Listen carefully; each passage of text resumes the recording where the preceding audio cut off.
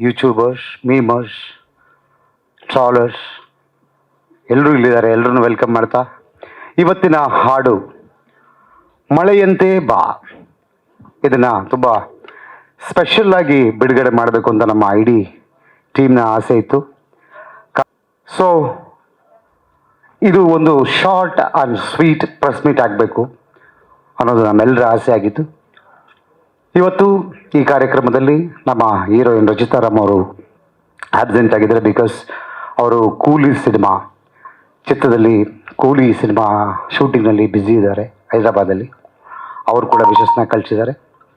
ಹಾಗೆ ನಮ್ಮ ಚಿತ್ರತಂಡದ ಅನೇಕರು ಚಿತ್ರೀಕರಣದಲ್ಲಿ ಭಾಗಿಯಾಗಿರೋದ್ರಿಂದ ಅವರೆಲ್ಲರ ವಿಶಸ್ ನಮ್ಮ ಮೇಲಿದೆ. ಹಾಗೆ ಶುರುವಿಗಿಂತ ಮುಂಚೆ ಈ ಸಿನಿಮಾದ ಅಣ್ಣ ವಾಸಣ್ಣ ಪ್ರಶ್ನೆ, ಆ ಪದ ಚೆನ್ನಾಗಿತ್ತು ನೀವು ಕೇಳಿದ್ದು, ಸ್ಪೆಕ್ಟಾಕ್ಯುಲರ್.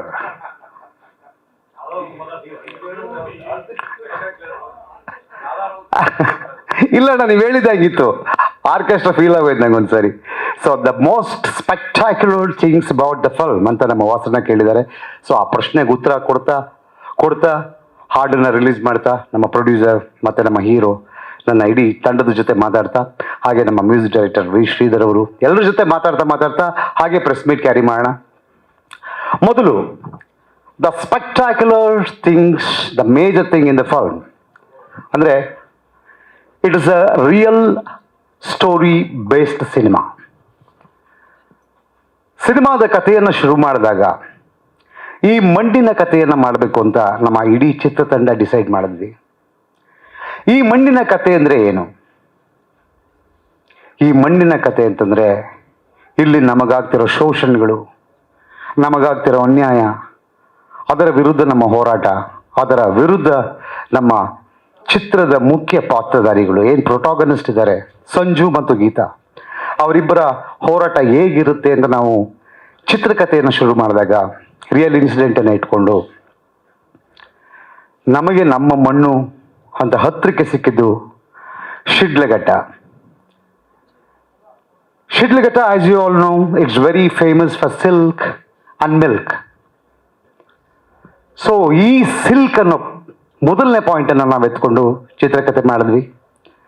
ನನ್ನ ಜೊತೆಗೆ ನನ್ನ ಸ್ನೇಹಿತ ಚಂದ್ರಚೂಡ್ ಅವರು ಈ ಸಿನಿಮಾದ ಚಿತ್ರಕಥೆಗೆ ಮತ್ತೆ ಸಹಾಯ ಮಾಡಿದ್ರು. ಮತ್ತು ಈಸ್ ದಿ ಡೈಲಾಗ್ ರೈಟರ್. ಅವರು ಬಂದಿಲ್ಲ, ಬರ್ತಾರೆ ಅನಿಸುತ್ತೆ.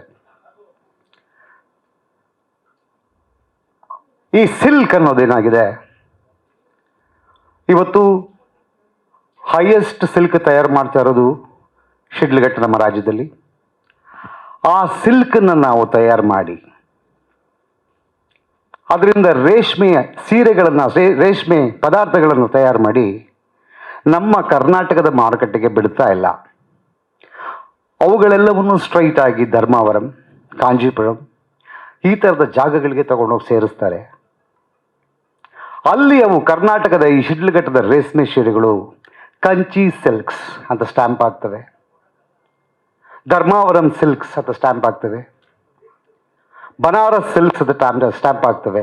ಆ ಮಾರ್ಕೆಟ್ಗಳಲ್ಲಿ ಅವುಗಳ ಹೆಸರಲ್ಲಿ ಅವು ವ್ಯಾಪಾರಕ್ಕೆ ಬರ್ತವೆ. ಈ ಥರದ ಒಂದು ಸಮಸ್ಯೆಯನ್ನು ಇಟ್ಕೊಂಡು ಸಿನಿಮಾ ಮಾಡಬೇಕು ಅಂತ ಶುರು ಮಾಡಿದಾಗ, ಚಿತ್ರಕಥೆ ಮುಂದುವರಿತಾ ಹೋದಾಗ ಅಲ್ಲಿ ಆ ರೇಷ್ಮೆ ಬೆಳೆಗಾರರಿಗಾಗುವ ಅನಾನುಕೂಲಗಳೇನು, ಅವರಿಗೆ ಯಾವ ಥರದ ಕಾಯಿಲೆಗಳು ಅವ್ರನ್ನ ಕಾಡ್ತಾ ಇದೆ, ಅವರಿಗೆ ಯಾವ ಥರದ ಮಾರುಕಟ್ಟೆ ಇದೆ, ಅವರಿಗೆ ಸರ್ಕಾರದಿಂದ ಎಷ್ಟು ಪಾಲಿಸೀಸ್ ಇದೆ, ಇದೆಲ್ಲವನ್ನು ಕಥೆಯ ಒಳಗಡೆ ಇನ್ಕಾರ್ಪೊರೇಟ್ ಮಾಡ್ತಾ ಚಿತ್ರದ ಕಥೆಯನ್ನು ರೂಪಿಸೋದಕ್ಕೆ ತಯಾರಾದ್ವಿ.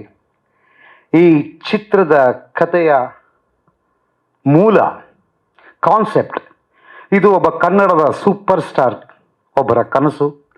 ಅದನ್ನು ಇಲ್ಲಿವರೆಗೂ ನಾನು ಡಿಸ್ಕ್ಲೋಸ್ ಮಾಡಿರಲಿಲ್ಲ. Today it's the time. ಇವತ್ತು ನಾನು ಅವರ ಹೆಸರನ್ನ ಈ ವೇದಿಕೆ ಮೇಲೆ ತಗೊಳ್ಳೋದಕ್ಕೆ ಇಷ್ಟಪಡ್ತೀನಿ. That is Badshah Kichcha Sudeep. ಸುದೀಪ್ ಅವರು, ನಾನು ಒಂದು ಸಿನಿಮಾದಲ್ಲಿ ಸುದೀಪ್ ಅವರು ಡೈರೆಕ್ಟ್ ಮಾಡ್ತಿದ್ರು, ನಾನು ಆ್ಯಕ್ಟ್ ಮಾಡ್ತಾ ಇದ್ದೆ ಆ ಸಿನಿಮಾದಲ್ಲಿ, ಮಾಣಿಕ್ಯ ಅಂತ ಸಿನಿಮಾ. ಆ ಸಿನಿಮಾದಲ್ಲಿ ರಾತ್ರಿ ಊಟ ಮಾಡ್ತಾ ಮಾಡ್ತಾ ಹಾಗೆ ಒಂದು ಚರ್ಚೆ ಮಾಡ್ತಿದ್ವಿ. ಆ ಚರ್ಚೆಯಲ್ಲಿ ನಾನು ಜಪಾನ್ ಅಂತ ಕರೆಯೋದು, ಜಪಾನ್ ನೀನು ಈ ಥರದ ವಿಷಯಗಳನ್ನು ಹ್ಯಾಂಡಲ್ ಮಾಡೋದ್ರಲ್ಲಿ ಸ್ವಲ್ಪ ಸ್ಪೆಷಲಿಸ್ಟ್ ಇದೆಯಾ, ಇದನ್ನು ಕತೆ ಮಾಡು ಅಂತ ನನಗೊಂದು ಕಾನ್ಸೆಪ್ಟ್ ಹೇಳಿದ್ರು. ಆ ಕಾನ್ಸೆಪ್ಟನ್ನು ಇಟ್ಕೊಂಡು ಮಾಡಿದ ಕತೆ Sanju weds Geetha part 2. I thank my Badshah for his support. And ಈ ಪರ್ಟಿಕ್ಯುಲರ್ ಸಾಂಗ್ ಮಳೆಯಂತೆ ಬಾ ಬೆಳಕಂತೆ ಬಾ, ಈ ಸಾಂಗನ್ನು ಕೂಡ ಅವರಿಂದನೇ ಲಾಂಚ್ ಮಾಡಿಸ್ಬೇಕು ಅಂತ ತುಂಬ ದಿನಗಳಿಂದ ಆಸೆ ಆಗಿತ್ತು. ಸೊ ಹಾಗಾಗಿ ಈ ಸಾಂಗ್ ಲಾಂಚನ್ನು ಕೂಡ ಅವರೇ ಮಾಡಿದ್ದಾರೆ. ಅದನ್ನು ಡೌನ್ ದ ಲೈನ್